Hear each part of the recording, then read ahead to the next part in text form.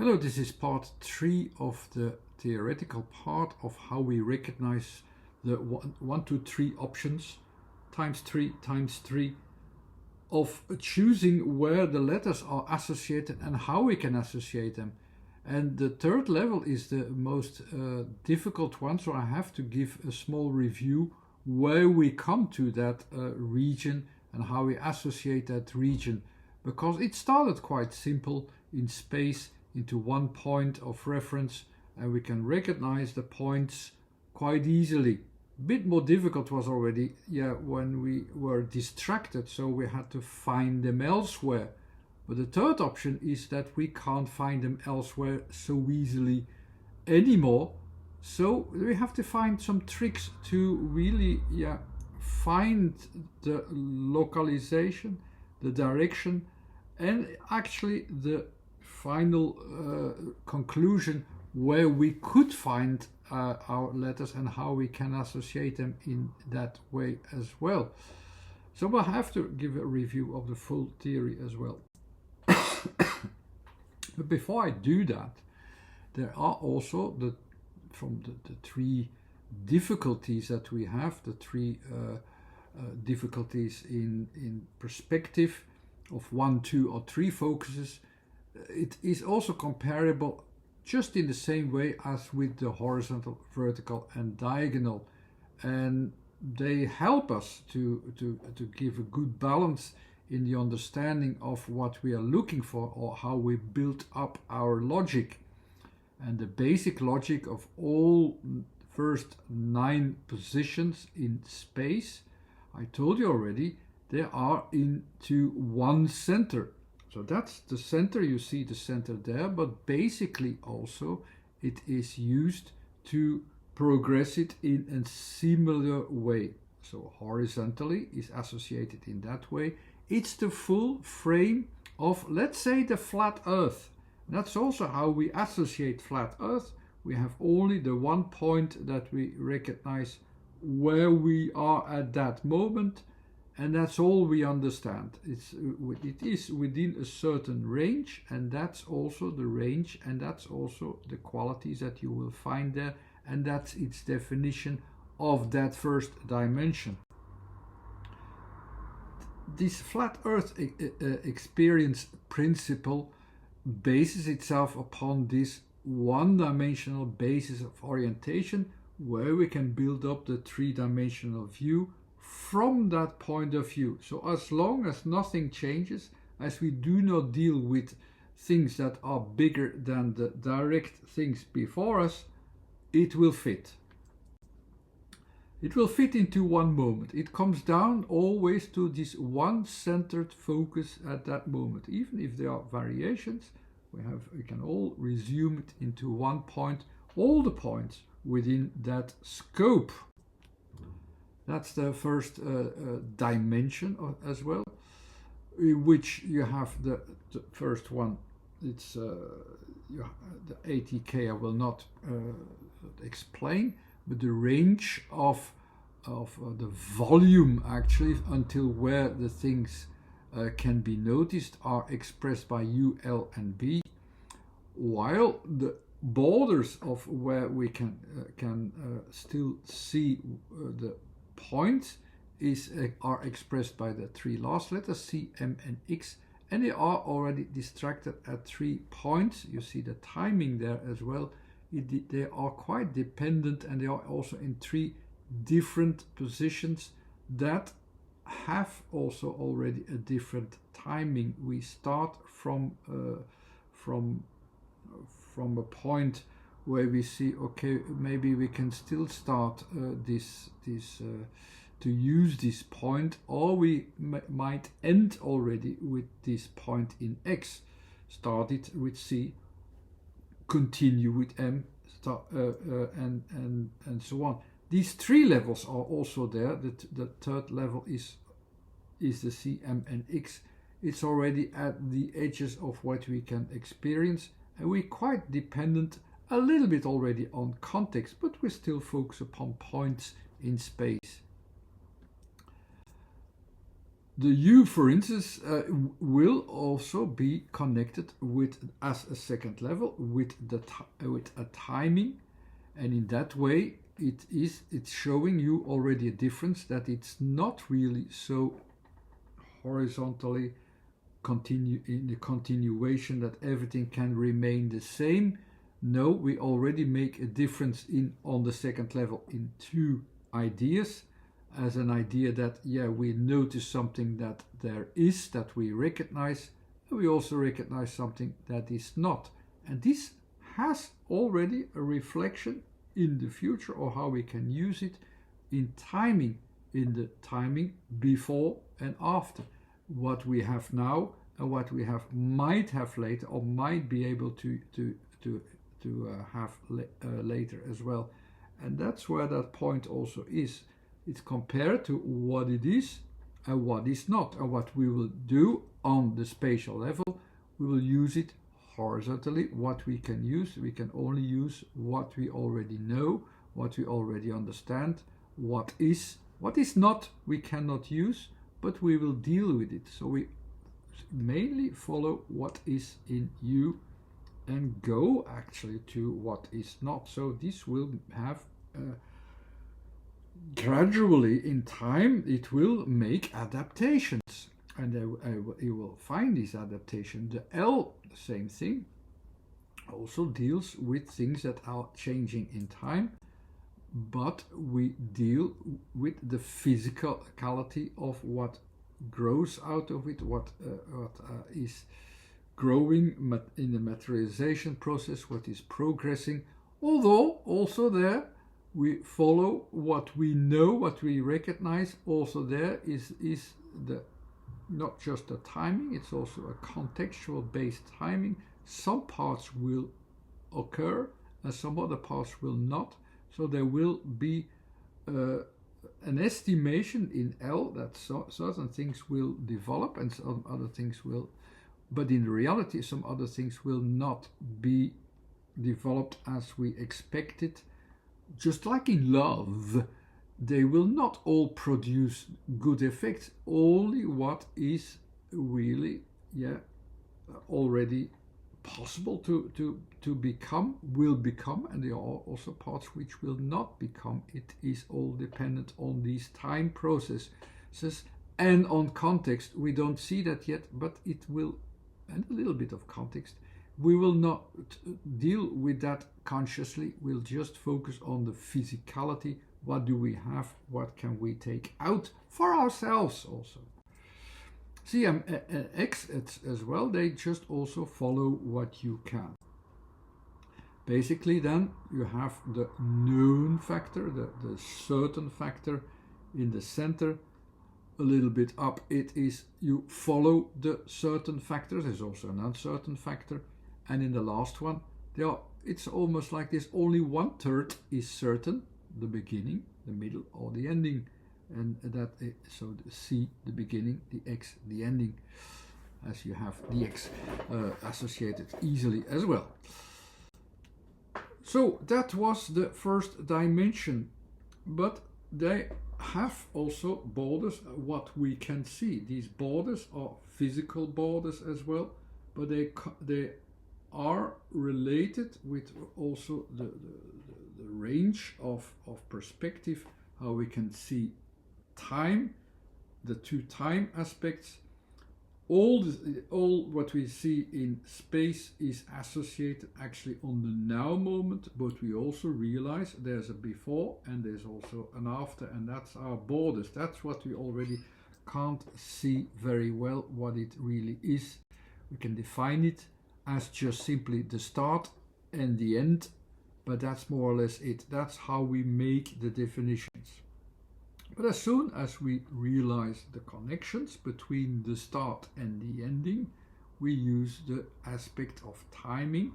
We go from time aspect number 1 to time aspect number 2. We go from a starting point to an ending point. We use timing.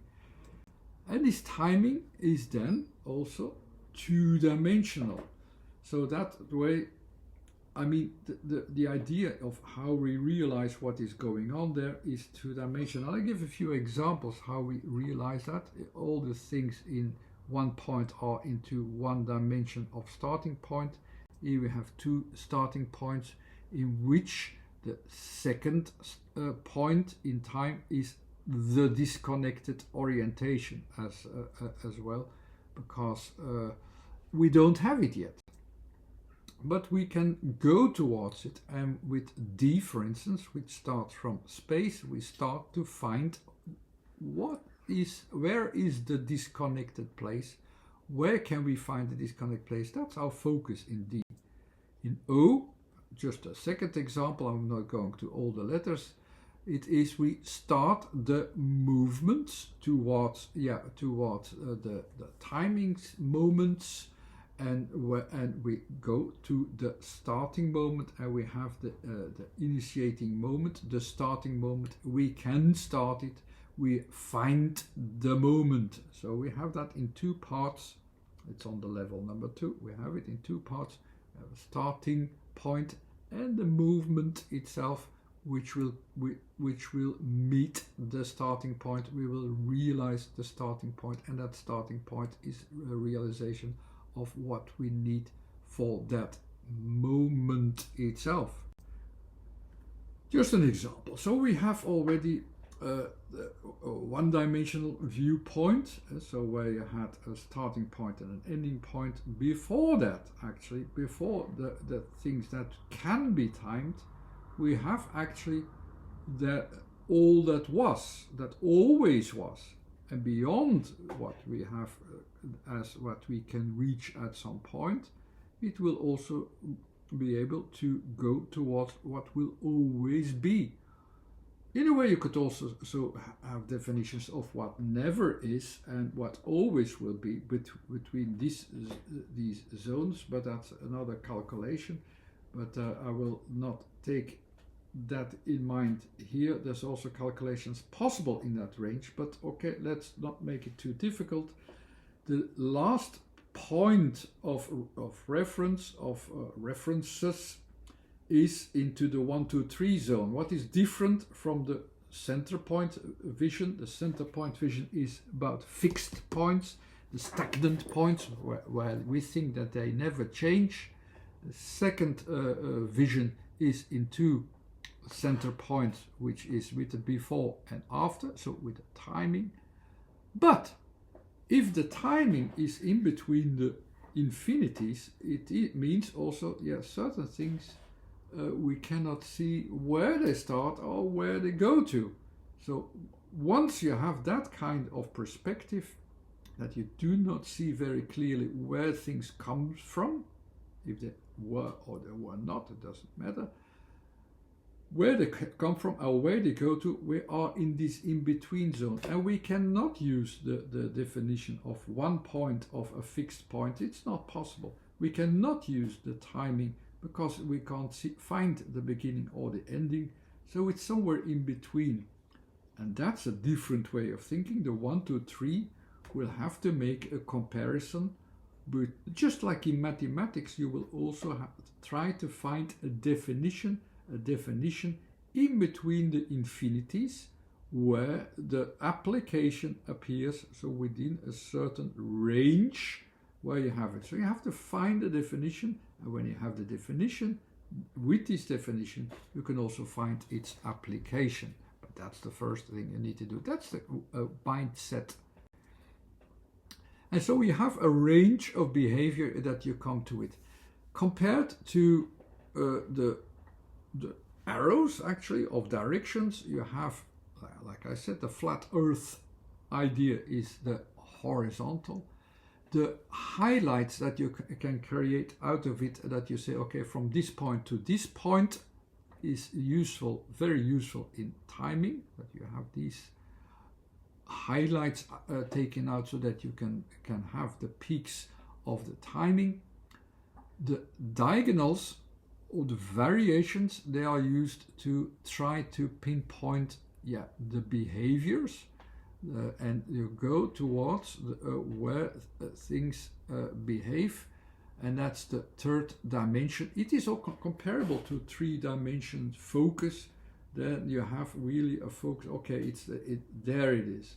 So thanks to the diagonals, you can have a really very good point of things that are in changing the whole time and are behaving in a certain way. We need these diagonals, and that's what we need to realize. We are focusing in the third level on a 3-dimensional plane of focus, where we need to find actually time and space, because we lost the beginning, the ending, and the middle, and now we try to define it. Where is it? That's definitely what it is. So we don't know where it is, we don't know when it is, but the general definition versus the local view will define our orientation, and this orientation will also need a feedback effect. So it's not all for us to decide, okay, we will find it because we will understand it. It's for a part, it will not be understood because you don't see a part. You can only follow it. You can try to follow it by understanding what we are talking about. If you know what to look for, you can follow it once you recognize it, what it is. So that's what we need to find there. And what is what we will experience in the third level? So you do not see where it is. So this range is not available. You do not see not for its totality. You also do not see when it is, when you will see it, because also there a certain part of the range is out of scope. So what will help us is that full range of rules of the definition that makes out the definition of the formula. So the full range 1, 2, 3. Within this 1, 2, 3, we will focus like in 3 dimensions to the right point at the end. That's the idea behind this last category. This kind of orientation will work in that way.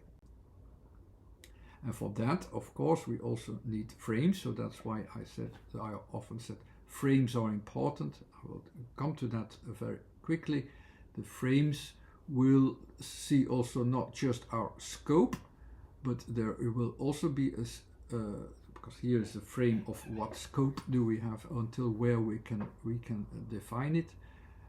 There will be another frame which is much more important, that we will see, okay, here is a pattern that we can follow, because just like I said, this is the frame of what we can see, what we can realize. Outside it is outside our scope. It's like something comes into our field of vision, but it also disappears for a while beyond it, or we cannot see it completely. It's like you cannot see its borders, or you cannot see how long it will take, or how big it is. It goes for a part out of scope, and that's why it's beyond our normal frame of vision. So we have to have a trick, and this trick is that formula. And here I have already an example of that formula, this 1, 2, 3. Where it really is at this moment, the third arrow that I see there, where it goes out of scope, we cannot predict it. But when we know its formula, the arrow with the point in it, where we realize its formula, we have that rhythm, 1, 2, 3. And then here in the middle we know the definition, and by predicting it, how it behaves from start to the continuation and then to where it goes to, we can predict somewhat where it goes to, because it has a formula, it repeats that formula, it repeats that rhythm. And thanks to that knowing of the definition, we have a very good idea when also the application will be at a certain point, and of course also where it will be at a certain point. And that's this two-dimensional frame that will be added, and that one-dimensional point will be found. So it's really going from 3 to 1. Yes, I have it. I will give you an example just a little bit later, but okay. This idea of not seeing all the dimensions, they are distracted from each other. It was very easy in space. All the three directions, horizontal, vertical, diagonal, are centered into one point. It's very easy, and we can immediately find we can cut it through the right place. It's different.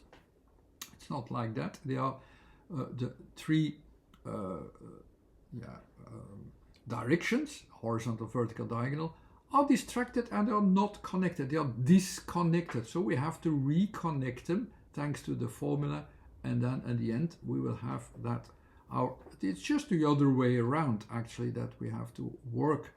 And we will also use these three dimensions as a kind of tool, a helping tool. So also these three levels, I will also use them additionally to guide me a little bit to define, but where is it, or when is it, where is it going to?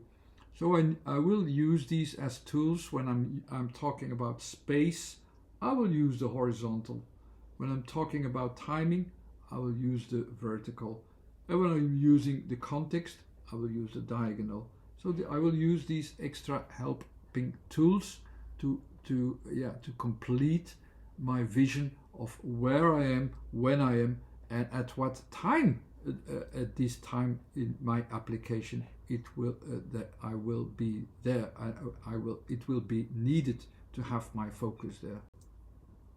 And an example, for instance, now I have a frame, so I have this pattern. I know the pattern, and this pattern is a rhythm.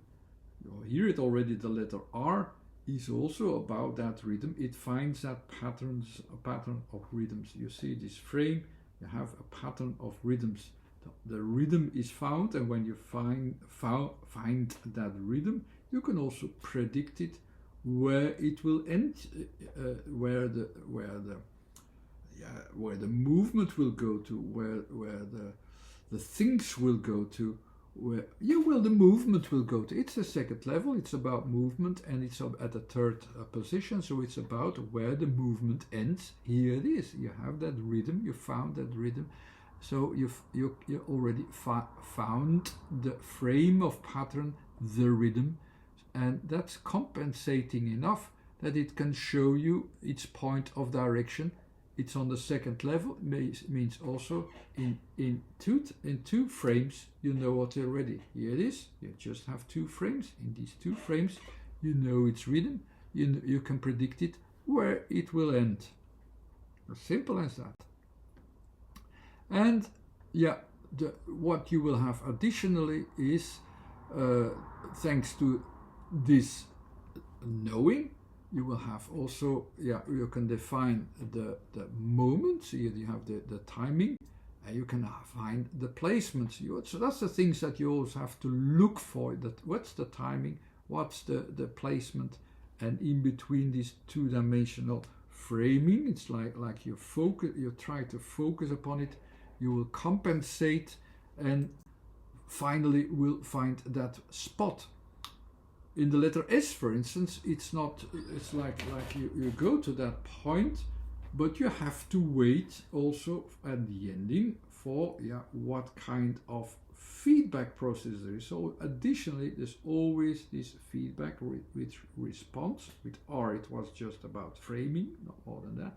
In the last category, it is really about the feedback interactions which will dominate. Here they will dominate, and they will say yes, it's up until there, and it will react in several ways.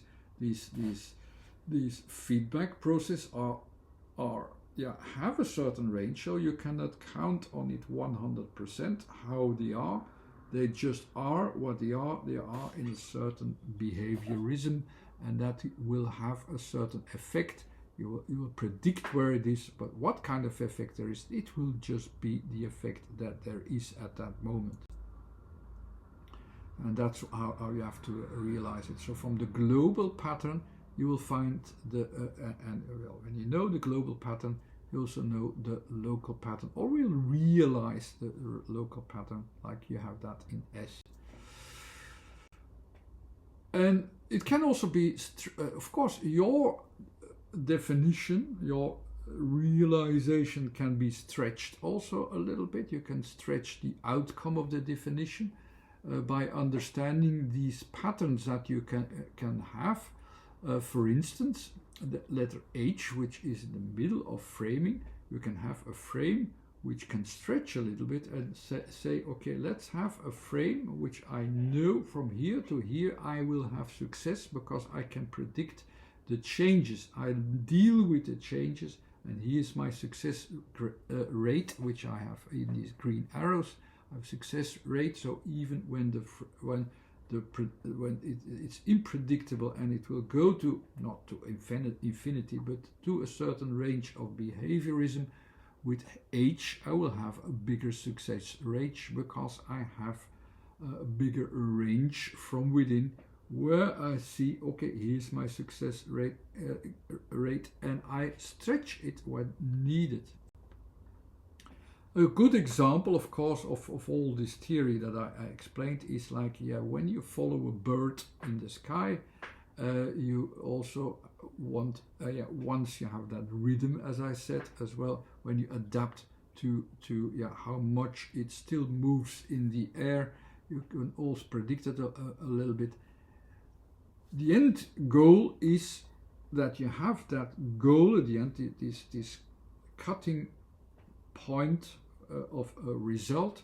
You follow it. You cannot predict the separate things like localization. You cannot predict that immediately. The timing, even with the rhythm, if you have the rhythm alone, you cannot predict it. The bird can suddenly switch to a different position. You cannot have it into a regular rhythm is predictable, but the things in nature will react as well. They will have a feedback process. They will be irregular. When you stretch it, with H is the last letter as well, you will stretch it. You can stretch your perspective and have a much better view of where the bird is going to. You anticipate better in that way. And it's all about anticipation. This last category is about participation. The only thing that you know is not the localization anymore. It's not the timing anymore, but it's that anticipation against also the interactions and feedback and resonances that you will meet there.